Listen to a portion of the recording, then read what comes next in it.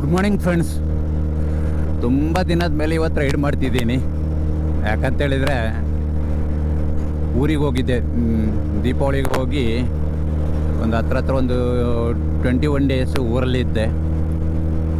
ಹಾಗಾಗಿ ಇವತ್ತಿನ ride compare ಮಾಡಿದೆ ಹತ್ರ 29 ಡೇಸ್ ಆಯಿತು ನಾನು ಬೈಕ್ ರೈಡ್ ಮಾಡಿದೆ ಸ್ನೇಹಿತರೆ. ಅಬ್ಬಬ್ಬಬ್ಬ ಏನು ಚಳಿ ಸ್ನೇಹಿತರೆ. ಅಮ್ಮ, ನಾವು ಲಡಾಖ್ ಹೋದವರೆಲ್ಲ ಅಲ್ಲಿದು ಇದು ಕ್ಲೈಮೇಟ್ ಬಗ್ಗೆ ಎಲ್ಲ ಹೇಳುವಾಗ ನಾವು ಅಷ್ಟೊಂದು ಸೀರಿಯಸ್ ಆಗಿ ತೊಗೊಳ್ಳಲ್ಲ.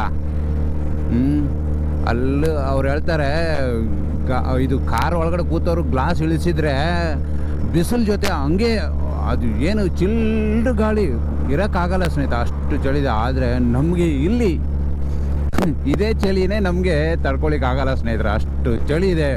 ನೋಡಿ ನಿಮ್ಗೆ ಕಾಣಿಸ್ಬೋದು, ಎದುರುಗಡೆ ಫಾಗ್ ಕಾಣಿಸ್ತಿದೆ ನೋಡಿ.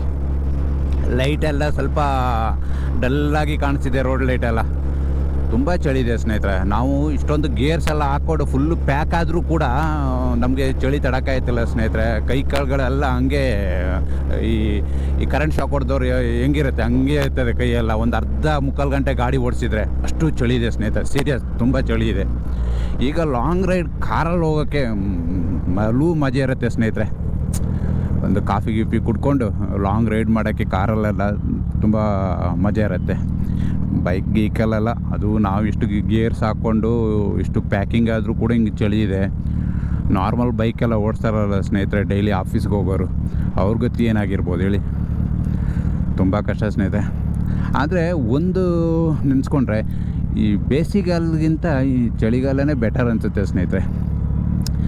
ಬೇಸಿಗೆಗಾಲದಲ್ಲಿ ಒಂದು ಹಿಂಸೆ, ಚಳಿಗಾಲದಲ್ಲೊಂದು ಹಿಂಸೆ, ಮಳೆಗಾಲದಲ್ಲೊಂದು ಹಿಂಸೆ. ಏನು ಮಾಡೋಕ್ಕಾಗಲ್ಲ ಸ್ನೇಹಿತರೆ. ಪ್ರಕೃತಿ ತಕ್ಕಾಗಿ ನಾವು ಹೊಂದ್ಕೊಂಡು ಹೋಗ್ಬೇಕು ಸ್ನೇಹಿತರೆ. ನಾವು ಅಂದ್ಕೊಂಡಾಗ ಯಾವುದೂ ಆಗಲ್ಲ ಅಲ್ವಾ. ನಿಮಗೆ ಬ್ರೀತಿಂಗೇ ಈ ಮೈಕಲ್ಲಿ ಜಾಸ್ತಿ ಕೇಳಿಸ್ಬೋದು, ಯಾಕಂತ ಹೇಳಿದ್ರೆ ಅಷ್ಟು ಕೋಲ್ಡ್ ಇದೆ.